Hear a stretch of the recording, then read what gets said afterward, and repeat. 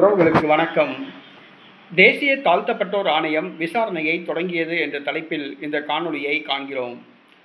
ஒரு சில நாட்களுக்கு முன்பாக ஸ்ரீவைகுண்டம் அருகில் உள்ள அரியநாயகிபுரம் என்ற கிராமத்தை சார்ந்த தேவேந்திர ராஜா என்ற தேவேந்திரகுல சமுதாயத்தை சார்ந்த ஒரு மாணவன் பேருந்தில் பயணித்துக் கொண்டிருக்கிறான். 11ஆம் வகுப்பு அரசு தேர்வு எழுதுவதற்காக அந்த பையன் பேருந்தில் சென்று கொண்டிருக்கும் பொழுது 2 ஊர் தள்ளி ஒரு கிராமத்தில் 3 சிறுவர்கள் அந்த பேருந்தை இடைமறித்து அந்த பள்ளி மாணவனை சராமரியாக வெட்டினர். அதில் ஒரு கைவிரல் துண்டானது. இரத்த வெள்ளத்தில் சரிந்த மாணவன் ஆம்புலன்ஸ் தகவல் தெரிவிக்கப்பட்டு நெல்லை அரசு மருத்துவமனையில் சேர்க்கப்பட்டான். தமிழகம் முழுவதும் இந்த செய்தி அனைவரையும் உறைய வைத்தது. தமிழ்நாட்டை சார்ந்த பெரும்பாலான அரசியல் கட்சி தலைவர்கள் நேரடியாக அந்த மாணவன் சிகிச்சை பெறுகிற மருத்துவமனைக்கு வந்து ஆறுதல் கூறினர், நடவடிக்கை எடுக்க வேண்டும் என்று கூறினர். கண்டிப்பாக காவல்துறை நடவடிக்கை எடுக்காது. ஏனென்று சொன்னால் காவல்துறை சாதி வெறியர்களுக்கு தான் துணையாக உள்ளது. தூத்துக்குடி மாவட்ட காவல்துறை சாதி வெறியர்களுக்கு தான் துணையாக உள்ளது. ஆக காவல்துறை நடவடிக்கை எடுக்கப்படுமா என்பது கேள்விக்குறிதான். கண் துடைப்புக்காக வேண்டிதான் காவல்துறை. இந்த சூழ்நிலையில் தேசிய தாழ்த்தப்பட்டோர் ஆணையம் தானாக முன்வந்து இந்த வழக்கை விசாரிக்க ஆரம்பித்துள்ளது, விசாரணைக்கு எடுத்துக்கொண்டுள்ளது. இன்றைய தினம் தேசிய தாழ்த்தப்பட்டோர் ஆணையத்தை சார்ந்த அதிகாரி லிஸ்டர் என்பவர் தலைமையிலான குழு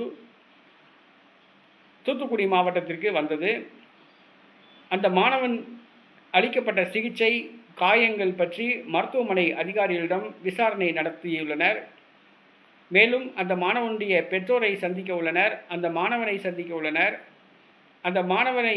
அந்த வெட்டப்பட்ட அந்த வழக்கு சம்பந்தமாக விசாரித்து வருகிற காவல்துறையினரை விசாரிக்க உள்ளனர். அந்த மாணவன் பயின்ற பள்ளிக்கூடத்தை விசாரிக்க உள்ளனர். அந்த வெட்டப்பட்ட அந்த கிராமத்தையும் அந்த பேருந்தில் பயணம் செய்தவர்களையும் விசாரிக்க உள்ளனர். தேசிய தாழ்த்தப்பட்டோர் ஆணையம் இந்த பணியை செய்ய உள்ளது. தானாக முன்வந்து இந்த வழக்கை விசாரித்தது வரவேற்கத்தக்கது. தேசிய தாழ்த்தப்பட்டோர் ஆணையம் இந்த வழக்கை விசாரித்து சட்டத்தின் முன் அந்த சாதி வெறியர்களை நிறுத்தி தண்டனை வாங்கி தர வேண்டும். அவர்கள் சிறுவராக இருந்தாலும் சரி, முதியவராக இருந்தாலும் சரி. ஆனால் சாதி பிரச்சனைக்காக வேண்டி தான் அந்த மாணவன் வெட்டப்பட்டிருக்காப்புல. ரொம்ப வேதனையான விஷயம்.